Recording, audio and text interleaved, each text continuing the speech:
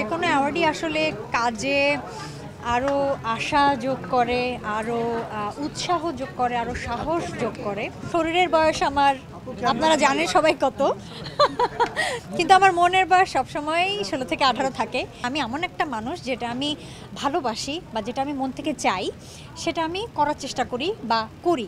ঈদের সময় একটু বেশি গিফট দেওয়া হয় আমার কি মনে হয় যে এক একজনের স্থান, এক একজনের জায়গা আলাদা, কেউ কারো জায়গা নিতে আসলে পারে না। বাংলা সিনেমা ভালো হচ্ছে এটা তো আমাদের জন্য খুবই মানে পজিটিভ একটা সাইড।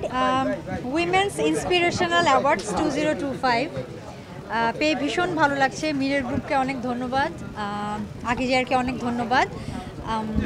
আসলে আমরা তো সবাই কিছুটা হলেও উইমেন এম্পাওয়ারমেন্টের জন্য পার্সোনালি অথবা প্রফেশনালি কাজ করি আমরা শিল্পীরা। তো এই অ্যাওয়ার্ডটা পেয়ে অনেক ভালো লাগছে এবং যে কোনো অ্যাওয়ার্ডই আসলে কাজে আরও আশা যোগ করে, আরও উৎসাহ যোগ করে, আরও সাহস যোগ করে। তো এই অ্যাওয়ার্ডটাও অ্যাজ ইউজুয়াল তাই করবে। ঈদ তো ফ্যামিলির সাথে করতেই সবচেয়ে বেশি ভালো লাগে। অনেক সময় অবশ্য বাইরে করা হয়েছে আমার ফ্যামিলি ছাড়া ঈদ। তো এবার সবার সাথেই করব, ঢাকায় করব, ভীষণ ভালো লাগছে।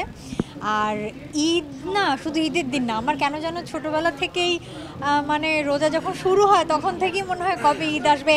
এখনও মানে সেই ছোটোবেলার আনন্দটা, ছোটোবেলার ফিলিংটা আমার এখনও কাজ করে। আর রোজা যেতে থাকে, আনন্দ বাড়তে থাকে যে ঈদ মানে শিগগিরই আসবে, ঈদের আর বেশি দিন নেই।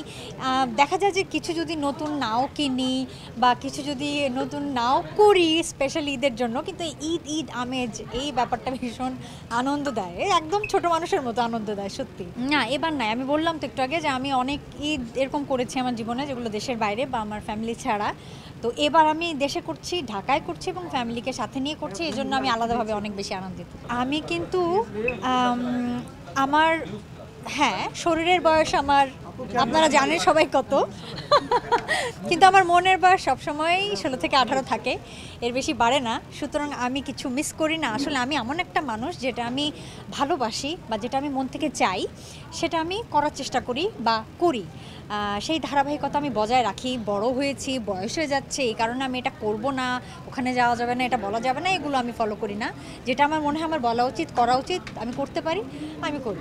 নিচের স্টলে আমি জানি না, আমি যাব। আমি তো আসলে সরাসরি প্রোগ্রামে এসেই অ্যাওয়ার্ডটা রিসিভ করলাম, এখনও স্টলগুলো ঘোরা হয়নি। যদি কিছু পছন্দ হয় অবশ্যই কিনবো, কিন্তু না ওরকমভাবে চিন্তা করে প্ল্যান করে দেশের বাইরে থেকে ঈদের জন্য কিছু কেনা হবে তা না। এমনিতে জেনারেলি বাইরে যখন যাই বা যখন কিছু প্রয়োজন হয় যেটা হয়তো এখানে পাওয়া যায় না বা ভালো কোয়ালিটি পাওয়া যায় না, সেটা তো বিদেশ থেকে কেনা হয়। সত্যি কথা যেটা সত্যি সেটা সত্যি। বাজেটের ব্যাপারটা কি জানো, আসলে নিজের জন্য বেশি আসলে কেনা হয় না আমাদের। সবসময় তো টুকটাক শিল্পীদের শপিং চলতে থাকে। হ্যাঁ, ঈদের সময় নিজের জন্য তেমন কিছু কেনা হয় না। আমি যেটা করি আমার খুব কাছের প্রিয় ভালোবাসার মানুষ যারা, তাদের জন্য আমি অনেক গিফট কিনি। সেটা বাইরে গেলে কিনি আর ঈদের সময় কিনি বা তাদের জন্মদিন থাকলে কিনি। তো ঈদের সময় একটু বেশি গিফট দেওয়া হয় আমার। না আমি খুব একটা গিফট মানুষের কাছ থেকে চাই না। এই যে আপনাদের ভালোবাসা পাই, এই ধরনের মানে শ্রদ্ধা সম্মান পাই, এর থেকে বড় পাওয়া, এর থেকে বড় গিফট আর কি হতে পারে? মানে আল্লাহ প্রদত্ত এই আপনাদের ভালোবাসা শ্রদ্ধা সম্মান তো আল্লাহ প্রদত্ত গিফট, এর উপরে আর কিছু হতে পারে না। ঈদের স্মৃতি তো ওই ছোটোবেলার কথা যদি বলি তাহলে উপহার কেন্দ্রিক স্মৃতিই হবে আমার। এখানে অনেকে জানে, যারা আমার সাংবাদিক বন্ধুরা আছে ছোটোবেলা থেকে আমাকে চেনে, তারা জানে যে আমার বাবা পাইলট ছিলেন। উনি এখন রিটায়ার্ড, বাংলাদেশ বিমান এয়ারলাইন্সের পাইলট ছিলেন। তো বাবাকে চাকরির সুবাদে তো প্রায় সময় দেখা যেত মাসে 25 দিন 28 দিনই দেশের বাইরে থাকতে হতো। তো এমনিতে বাবা যখন ফ্লাইট থেকে আসতেন বিদেশ থেকে, তখন তো সুটকেসে ছোটো মানুষ যেহেতু কিছু না কিছু তো আনতেই হতো আমার জন্য, আমি সুটকেস খুলতাম বাবার। কিন্তু ঈদের সময় দেখা যেত বাবার ফ্লাইট থাকে অনেক সময়, যে ঈদের দিন থাকতে পারছেন না, ঈদের পর দিন আসছেন বা ঈদের 3-4 দিন পর আসছেন। তো তখন এই যে মানে একে তো একটু কষ্ট, বাট কষ্টটা কম হতো কারণ আমি ছোটোবেলা থেকে ইউজ টু ছিলাম যে বাবার চাকরি, এটা হয়তো স্পেশাল অকেশনে অনেক সময় থাকতে পারবে না, এটা মেনে নিয়ে আমি বড় হয়েছি। কিন্তু এই যে যেটা আপনি জানতে চাইলেন যে এই যে ঈদের 2 দিন পর 3 দিন পর 4 দিন পর বাবা আসবে, সেই সুটকেস আমি খুলবো এবং সুটকেসে আমার জন্য কি স্পেশাল গিফট থাকবে, এই এক্সাইটমেন্ট, এই অপেক্ষাটা আমার খুব দারুণ লাগতো, আমি খুব এনজয় করতাম। হ্যাঁ, হলে তো যাওয়া হয়, হলে গিয়ে আমি অনেক সিনেমা দেখেছি। লাস্ট আমার নিজেরটা বহুবার দেখেছি, এর আগে আমি হাওয়া দেখেছি। এবার হলে হ্যাঁ নিশ্চয়ই যাব, আমার ইচ্ছা আছে যাওয়ার।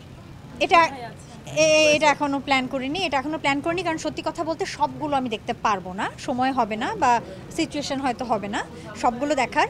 সুতরাং এখন নাম বললে আবার আমার কোয়ার্টিস্টরা রেগে যেতে পারে, যাচ্ছে ওরটা দেখবো আমারটা দেখবো না, দরকার নাই। এটা আমি কিভাবে এখন বলবো, এটা অনেক কঠিন কোয়েশ্চেন। কিন্তু আমার কি মনে হয় যে এক একজনের স্থান, এক একজনের জায়গা আলাদা, কেউ কারো জায়গা নিতে আসলে পারে না। হ্যাঁ মানে এই যে দেখেন, আমি 8 বছর পর কাজ করলাম শরতের জবা দিয়ে, অন অ্যান্ড অফ। আমি কিছুদিন দেশে ছিলাম, কিছুদিন ছিলাম না, কিন্তু 8 বছর পর ফিরে এসে আপনাদের সবার ভালোবাসা আমি কিন্তু পাচ্ছি না তা না। তার মানে কি কারো স্থান, কারো জায়গা আসলে অন্য কেউ নেয় না, ওটা হয়তো ফাঁকা থাকে, ফাঁকা হয়ে যায়। আমি পজিটিভ মানুষ, আমার মন অনেক ফ্রেশ থাকে, আমি দুশ্চিন্তা কম করার চেষ্টা করি, যেগুলো আমাকে স্ট্রেস দেয় সেসব কাজ বা সে সমস্ত মানুষের থেকে, সে সমস্ত সঙ্গ থেকে আমি নিজেকে দূরে রাখি। কি তাই না? এটা আমার মনে হয় আপনাদের সবার ক্ষেত্রে, যে আপনারা যদি সে ধরনের কাজের সাথে বা মানুষের সাথে থাকেন যারা আপনাকে কষ্ট দিতে থাকবে, টেনশন দিতে থাকবে, তাহলে মন খারাপ হয়, মেজাজ খারাপ হয় এবং সেটা চেহারাতে রিফ্লেক্ট করে। তো আমি এগুলো থেকে দূরে থাকি, আর আমি খুব পজিটিভ মানুষ। অবশ্যই ভালো। বাংলা সিনেমা ভালো হচ্ছে, এটা তো আমাদের জন্য খুবই মানে পজিটিভ একটা সাইড। এমনকি যদি 10টার মধ্যে 2-1টা কাজ খারাপ হয়েও যায়, সেটা সিনেমা হোক, নাটক হোক, ওটিটি হোক, যাই হোক, আমাদের আশা রাখতে হবে। কারণ হচ্ছে 10টার মধ্যে 2টো কাজ খারাপ হতেই পারে। এটা শুধু আমাদের সেক্টরে না, এটা যে কোনো সেক্টরে, যে কোনো ফিল্ডে 10টা মানুষের সাথে 2টো মানুষ খারাপ থাকতেই পারে। তার মানে এই না যে ওই ফিল্ড খারাপ, ওই সেক্টর খারাপ। সো আশা রাখতে হবে, আশাবাদী থাকতে হবে।